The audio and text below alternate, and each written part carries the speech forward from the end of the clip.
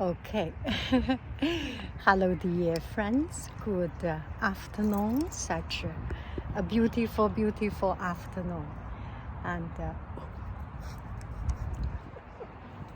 there is a person sitting in the car, and I feel so embarrassed to do the video.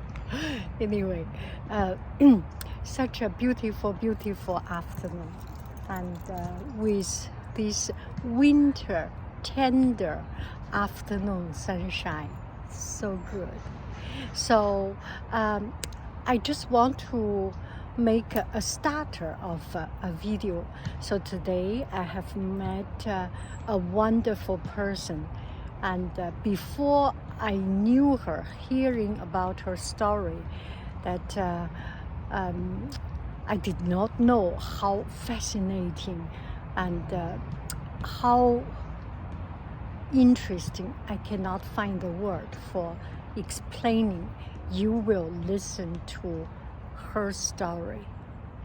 Thank you very, very much. Viewers, and I was telling my parents. Oh, so good to see you. If I am nervous and lost words, you pick it up, okay? Yeah. So good to see you. Yes. I don't know. Are you going to edit it too? Because we just started recording. Yeah, we are good. This is even more natural, I feel. Okay.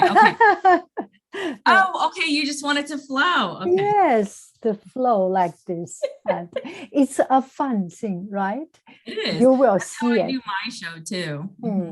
You will see it and let me know if it is good. So good to see you. Let me try to pronounce your name, Pratibha. Yes. Pratibha. Okay. Yeah. And it's just one day, one night, I think I received one of your message, and I start to check about your Instagram, and you have so many interesting things. Yeah. How about you let me know a little bit more from yourself, your story, and who you are, things you feel comfortable to talk about. Okay. It's really interesting. Firstly, thank you. I was jumping with joy. I was like, what? I was like, record together. And I was telling my friends and my parents, because I'm such a big fan. But for me, I started Chai together last year during the pandemic. So when it comes to my story, it's a very heavy story, very challenging story, and not one where anybody just would survive it. So for me, I started Chai together because of my mom, who is diagnosed with schizophrenia, which is a brain health concern. So I was a caregiver for my mom at the time, but I didn't have the support. I didn't have community. I didn't have that friend group at the time. So let me just rewind a little bit more. So 2018, I went to go live in Thailand. So I went to go live in Thailand for 10 months, and my background is in education. So I'm a teacher too, by background. Teaching here in the States. And so I went to Thailand, but I went for a new beginning because a lot of trauma in my life. I wanted to start fresh. So I was 26 at the time. I just turned 29 this month. And I went there and I thought moving somewhere else would free me from the trauma, that it will go away. It didn't go away. I found myself moving to this new country where, people don't speak English alone. It hurt my mental health more than helped me heal. So that situation led me to feel isolated, and then led me to clinical depression and, suicide ideations. And it wasn't just because I moved to the country. It's something I suffered from since I was a child. Suffered from it because I had a lot of people who physically hurt me, sexually and verbally hurt me since I was 5 years old. So since I was young, I had multiple people either, physically abusing me, like punching me, hitting me, things like that. And so when I went to do this, I went to escape all of the past, but I was carrying the past on my shoulders. So when I went there, I went to teach, I certified in ESL, I learned about Thailand, spoke a little bit of the language. I went to volunteer and help students. So I went to help the students. I loved it. I found joy in doing that because the children were only people who never hurt me in life. Yeah. I never took medication. I never had therapy. Therapy was not popular before. And I didn't even know at the time that my mother had a condition or what mental health was, what the terminology was, what assault is, what is abuse, what is intimate partner violence, what is domestic violence. I didn't know these things because there was no education in school about this, only drugs and guns, and violence like that. So I found myself in a very, very bad and dangerous situation. I was there, very risky situation, and it was one where I was running to save my life. Literally. So when I was there, I had met another gentleman who was a teacher. He was from another country, and I found myself basically playing with fire. When you're not healed, I found myself playing with fire, being careless, and thinking that nothing will happen to me. God will always protect me, always thinking positive that nothing can touch me, that I'm, untouchable. Like when you're young, you think nothing's going to happen. I'm going to live forever. Wow. Yeah. So when I was there, I became involved with this gentleman, and I have a good heart. So I'm thinking, someone is a teacher, you have a good heart, you like kids. And it turns out the person was using me for a visa. So I found myself in that situation. Wow. Yeah. So I was very scared. The person was very loud, very aggressive in their demeanor. And I didn't know any better. My parents and my friends were all here in the States. I was there alone with this man. And when I was there, I just felt that, how do I get out of this? I felt like, and at this time we had quickly already engaged. So I was already engaged, and I saw all the red flags, but I was unable to do anything to help myself. And so when I found myself in that situation, so this was 2 years ago now, and I've come so far, and it's fascinating to me that how a human mind can grow with programs, with reading, with therapy. And what I do now is I help other people. Wow. Wonderful. Yes. So thank you. So when I was there, this is the tricky part. Since I came from a past of a broken home where, I didn't have good family life, right? Since I was a child, I wanted to make my own family, and I wanted to, get married. So I got engaged to the man thinking he's a good man, but he was not a good man. And there was no one there to have that guidance and say like, no, that's not good, So when I found myself in that situation, this is where the universe and God transpires that I became pregnant at the time. I became pregnant, and I knew before going to the doctors as a woman, I knew the signs. I never been pregnant before. I've never been engaged before, nothing serious. Wow. So this happened. I was only 26. I didn't finish my degree. Now I have finished my degree. I'm doing my master's now. And when I found out, I knew that I was not ready for something like that. Man's control, that person's control over me, that no, I am supposed to do this because he wanted me to do this. And I didn't know there was something called intimate partner violence, that having a voice, and he didn't want me to speak up as a woman. So he was from another country, not from Thailand. And in their country, women are inferior, that the man is more, superiority. I'm from America, so I'm not like that. I think he underestimated me and my strength. and money wise, thinking I have no support. He can bring me in. Yeah. No, I got out of there. So what happened was the person actually left me during my pregnancy, partying, drinking, and I was having panic attacks, anxiety attacks. He was abusing me, like verbally, calling me, names and things. And I was pregnant with the person's child. So I was still teaching. I was working every day in the hot sun in Thailand. Like I was teaching kindergarten. Kindergarten. Well, I know how much work it is. Every day, in Thailand. And I love my kids. I still talk to them sometimes. And I was working very hard, and I was, having the sickness from pregnancy, and I had no money at this time because I actually stayed behind for the relationship with this gentleman.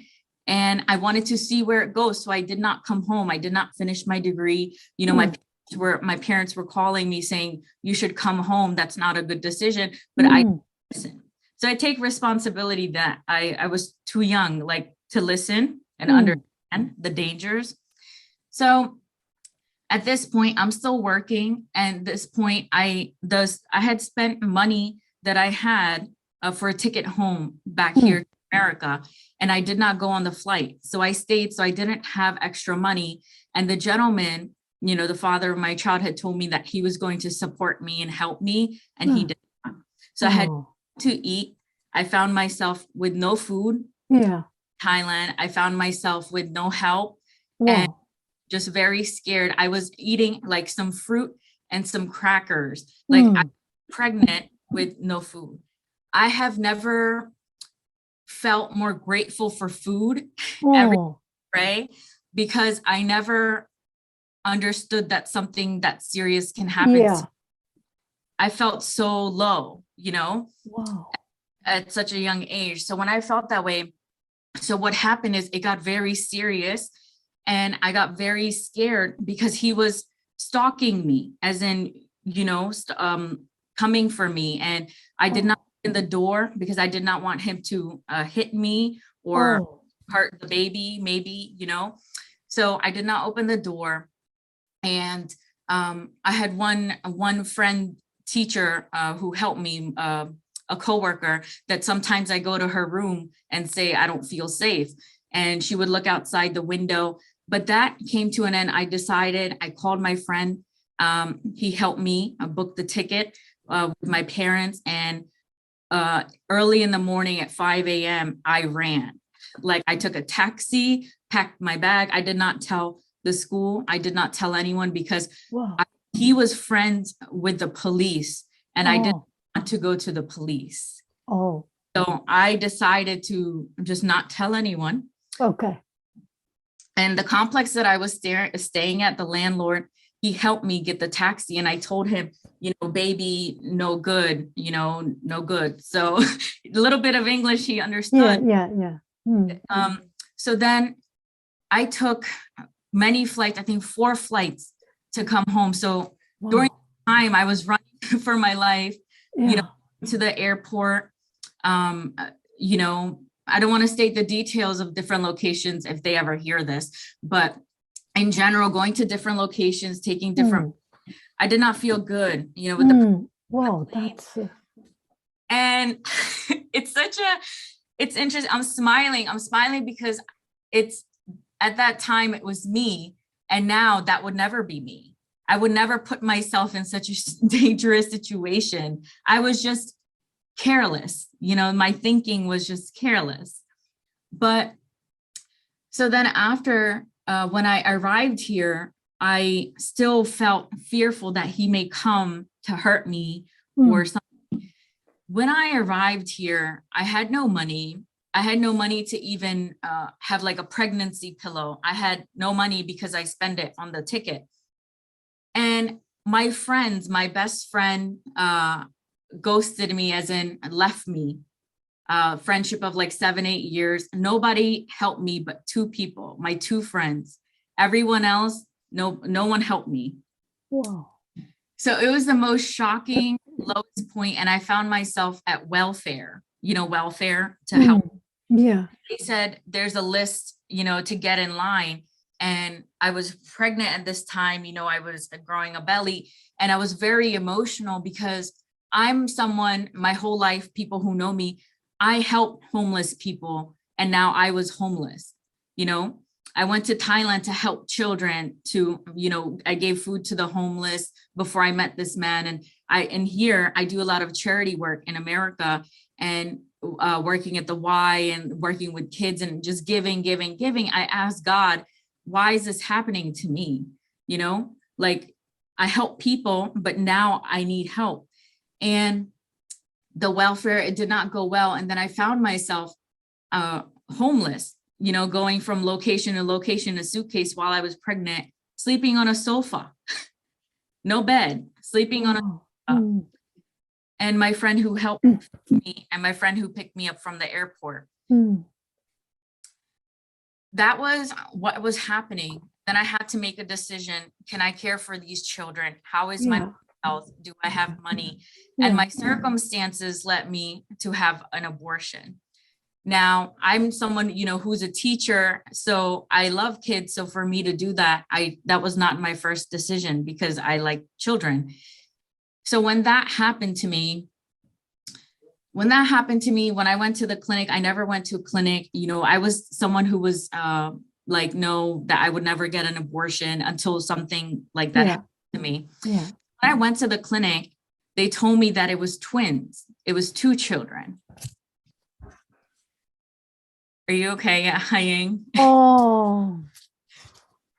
Yeah, let me know if it's too heavy. No. It's Go ahead.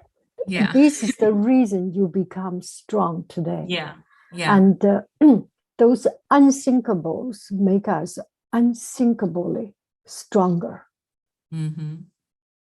Make us stronger. You dare to speak it out. It's wow. It's.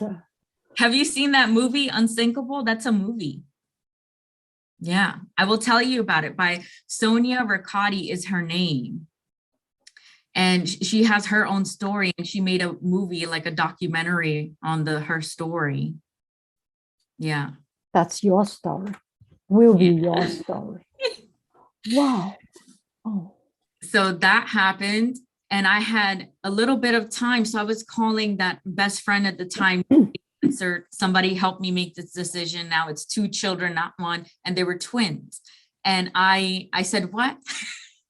And I said, I knew as a mother, carrying the children in my belly, I always prayed to God. And this is something I wrote in my story, but I always prayed to God that I would want to have twins, I would want to get married. And it happened, but not in the circumstance that I would want. Like, I always wanted, 2, but not like this. So when they told me that, I had to decide for myself. So I had this small counseling session. So I went to the bathroom, had the counseling session, and went through with the procedure, which is a surgery, because I was 15 weeks pregnant. So I was going to my 3rd trimester, I believe. So, they were grown. And when they told me that, I just completely was in shock. And then when I came off the anesthesia and came from the surgery, my whole life changed. And I wish I can explain to people how that feels unless you go through it. I feel like you don't know as a woman. So going through that experience, and I was in shock for 4 months. Like, I did not cry. Like, I could not process it because it was something physical that happened to my body. Yes. My body was in shock for 4 or 5 months. I did not grieve. And then I finally started grieving, and I was in therapy during this time, but I had trouble crying. Just this year, I'm able to cry more. I had stopped crying as much as I've been through something so serious that I don't cry about little things anymore. So it changed who I am. It changed, and I found healing in nature. So after I went through that, I was homeless before, during, and after my pregnancy. I've never heard a story like mine. My coach tells me he's never heard a story like mine. The fact that yoga, after that happened, I did yoga every day. I ate clean, healthy. I did meditation and I read every day. I used and nature. These 5 things helped me heal, like survive through that time. I did not even have much support, but I found healing in summertime, going outside, you know, and these things, and journaling and reading really helped me. And art. I took art class and used my pain into collage and painting and art therapy. So that was so freeing to me. And then I never made a video before. Then I joined this program with Mr. Les Brown. He's a motivational speaker. And I got to speak on one of his virtual summits. But that was the first time I made my 3-minute video submission. And then I started my YouTube channel before that, the name Chai Together, but there was no videos. Then one day my mom and I were having like chai together, like, you know, like tea. And the name came to me, Chai Together. And I looked on Google if someone took the name. No, nobody had the name. So I came up with Chai Together, one journey at a time. And then I designed my own mugs. I painted the logo and I started a Facebook community. I started making videos every day. Every day I interviewed somebody for them to share their story. I was so passionate. I still am. And every day I talk to someone and them help me, me help them. And now I'm helping with mental health support for people who are in engineering. So cybersecurity professionals to help them with their mental health. So now I help with my friend's company, but I started now helping people one-to-one. So I started doing that too. And just, I've done so much work on myself to like basically be as normal as you can be. Yeah. This is so inspiring, so inspiring. And there is something I feel magic from that very low moment come to stay today, you standing, sitting elegant, talking eloquent, and it's a total different person. Yes. How did you make that change? You mentioned about that 5 things. Yes. I think that wake up the inner you. Yes. You are healed. You are healed. I got healed. Not by another person, not by a coach, not by yoga. It's waking up the inside of you. And all these hardship become the nutrition, become the nutrient to make you so strong. And that is fascinating. That's what happened. Because that day I decided, I went outside, I think 1 month later, 2 months, I did not really go outside. It was pandemic, you know, COVID. So I went outside here where I am now. I lived on the other side of the street before, and I touched the trees and there's healing. And I'm a earth sign. I like nature, and touching grass, laying in grass, like helps me heal, and it's who I am. So I had the courage to take photos. I love photography. So I took photos of myself. And when that happened, next month, and look at my face and how happier I became. I looked very sad before, but then I became happier and happier. So it was like observing myself. And so the change came when I made the decision, and it may sound so simple or, oh, that's it, you know, but I made the decision that I'm going to become very successful because I had such a big loss, because I didn't have money.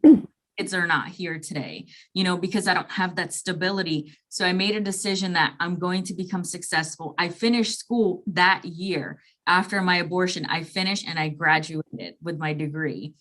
And my professors, they all knew I was doing Chai Together, and they all supported me.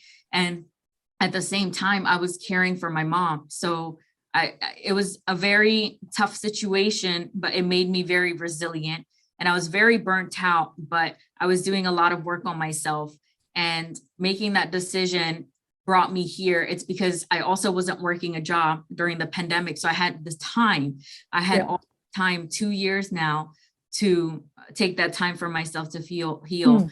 I feel like if I had to go to a job, I don't feel like I would have advanced as much. I feel like when a tragedy like that happens, I feel like you have to take time off and hope you can have the money to do that, you know? So that's how I got here, by having that willpower, that desire. I was so restless and, you know, just so I became so confident, so restless. I had no fear. Like my depression went away. I don't have depression. I don't have suicidal thoughts. All of that is gone. And I always see, whether people believe or not, 2 birds. Like yesterday I saw, like, always near me. Maybe it's because I'm consciously now thinking of it that way. But even after that happened, I saw the number 2 in the sky, and I saw all these angel type of moments happening, that those kids were a blessing in disguise. And I'll tell you this one last thing, that the day of my abortion procedure, that night I had a dream, and I had a beautiful dream, not a negative dream. I've never had a bad dream about that situation. I had a beautiful dream with a brown baby in a mug. And I drew it the next day, you know, from my dream, and it was smiling. And I thought to myself, because I always wanted to open like a coffee shop or with the art studio, art and coffee. I like that. So I wrote in my notebook and drew a little picture. Everything just aligned so perfect. Then I met this gentleman on Etsy who makes wooden mugs from trees. And he made me one custom mug without seeing the picture, and it looked like my picture, but he never saw my picture, and he doesn't know my story. These kind of magical moments, you know, it's supposed to happen. And I showed him, look, I did this, you know, last year, and you did this, and it looked the same shape, not this mug, a different mug. And it was the same one that I put down. And I said, God is like guiding me to keep going. And then things like that always happen to help me. And then also me connecting with you. When I discovered you on YouTube, I believe naturally, maybe. Every day I listen to you, like every day. And I share with my friends and in my group, and I've been sharing and talk with my friends. They're like, yeah, I know of her, the lady. And I'm like, I'm such a fan, but it's because you're so much like me, like, you know, with the creativity and with understanding about life and nature and the wisdom you share. I'm all about the wisdom, and to really understand that, you know, life is not about all the noise, like it's about the peace within. Every day, like it's like a routine or just maintenance to, you know, when I see you or something, it helps you keep uplifted and encouraged. And such as you do for me, people feel that way about me. Now they know me for 2 years, they know my story, and they message me. You know, I get messages that, hey, you helped me, or, you know, with this or that. And I'm like, wow, like, you know, to not give up. And sometimes they don't even know my story. They can never think that, oh, because of my smile, that something so bad has happened to me. I cannot imagine it. Because I'm such a good-hearted, loving person. To be a teacher, the heart for 8 years. We had our own daycare to be a teacher and to do, you know, humanitarian work and travel and help people.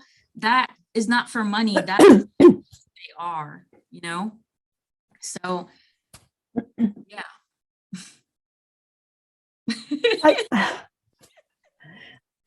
This is all what I want.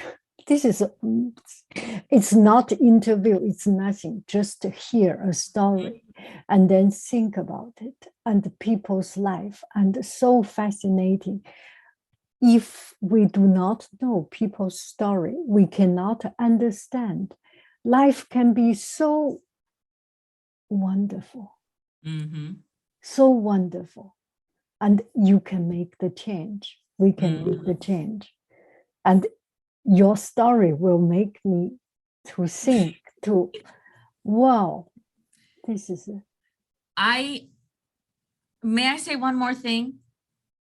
Okay, so I want to say at that time, you know, when I was looking for a story like mine on Google, someone to relate to, especially being South Asian, which is being Indian, I'm from India, there was no story like mine. I could not find, you know, someone in second trimester who went through that, or the abortion. There was not so many resources or books. It's mostly religious books like Christianity. And I thought to myself, I'm going to write that book. So I started writing my book about my story, to share my story. Maybe when someone goes through that time, when they online, they can find my story and maybe it will help them when they read it. Yes.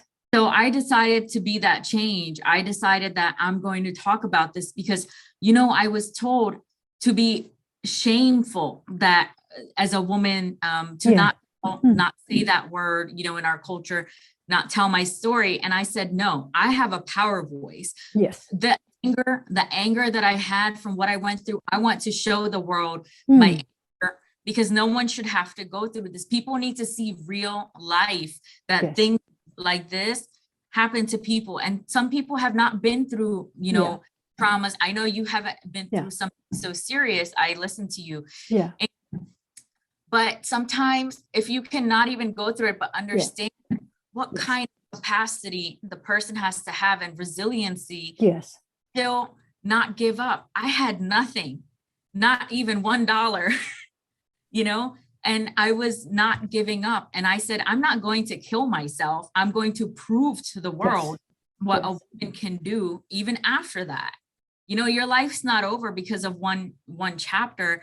It's what is Pratibha going to do now? Now I'm going to do my master's. Now what am I going to do? You know, if I stop and give up, nobody's going to remember me. They're not going to remember me for my power. They're going to remember me, oh, that happened to her. And just like a story. I'm not a story. And I actually don't live by the story anymore. I feel so advanced and in the now. Yes. Thinking about my present and future, that the old Pratibha, I feel renewed, you know?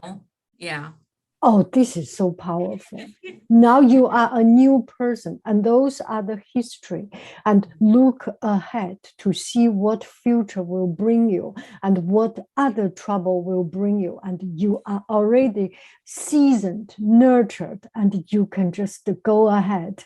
Whatever is happening, it will not stop me.